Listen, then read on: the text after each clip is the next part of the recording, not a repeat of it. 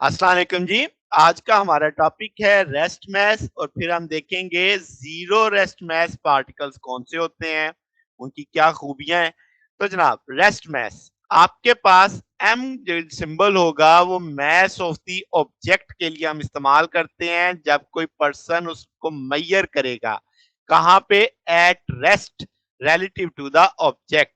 यानी एक बंदा जो रेस्ट पे है उसने एक ऑब्जेक्ट को मेजर किया, उसका मास जब आएगा तो एम होगा, ठीक है।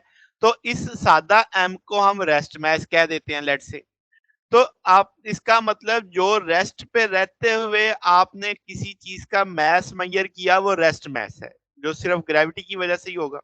अच्छा, अब इसमें यानी ग्रेविटी की हेल्प लेके तो जब कोई मास मूव कर रहा होगा रिलेटिव टू द ऑब्जर्वर, पहले तो यानी आपका बंदा जिसने मेजर करना है वो रेस्ट पे था, अब वो मास हमारे ऑब्जर्वर के लिहाज से मूव कर रहा है।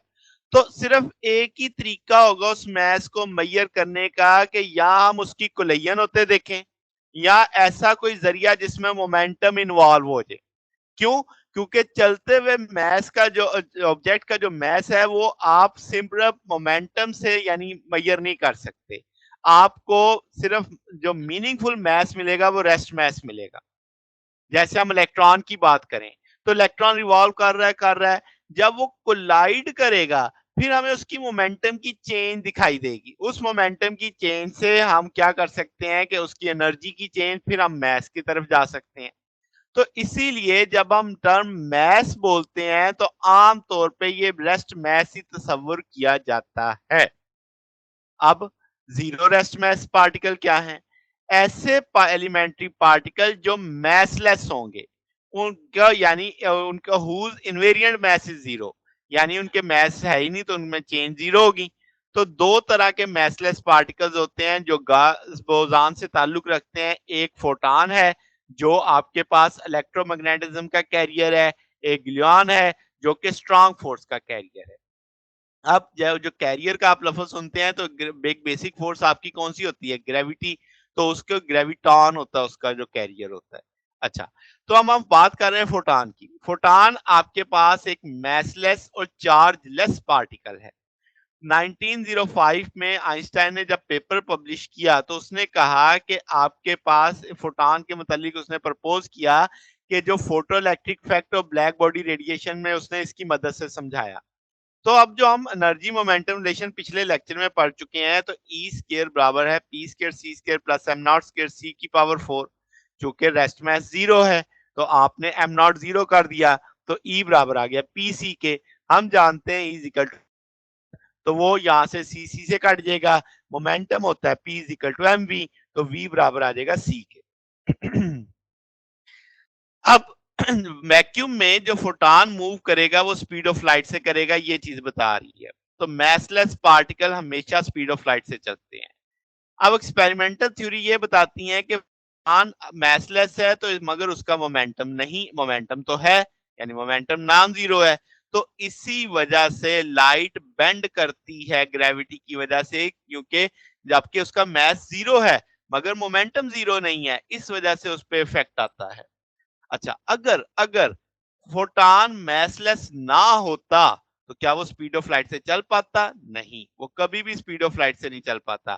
फिर आपको जो कूलम्स लॉ है उसमें मॉडिफिकेशन की जरूरत पड़ती, आपको कुछ एक्स्ट्रा डिग्री ऑफ फ्रीडम चाहिए थी, जो कि अभी जाहिर सी बात है वो मैसलेस है तो हम सादा सादा काम रखते हैं। तो स्पीड ऑफ लाइट कांस्टेंट है नेचर में और इसकी अपर लिमिट यानी आप किसी भी ऑब्जेक्ट के लिए 3 इंटू 10⁸ है, तो वो आपके पास फोटॉन मैक्सिमम वही कैरी कर सकते हैं। दूसरे जो आपके पास मैसलेस है वो न्यूट्रिनोज है। न्यूट्रिनो भी एलिमेंट्री पार्टिकल हैं।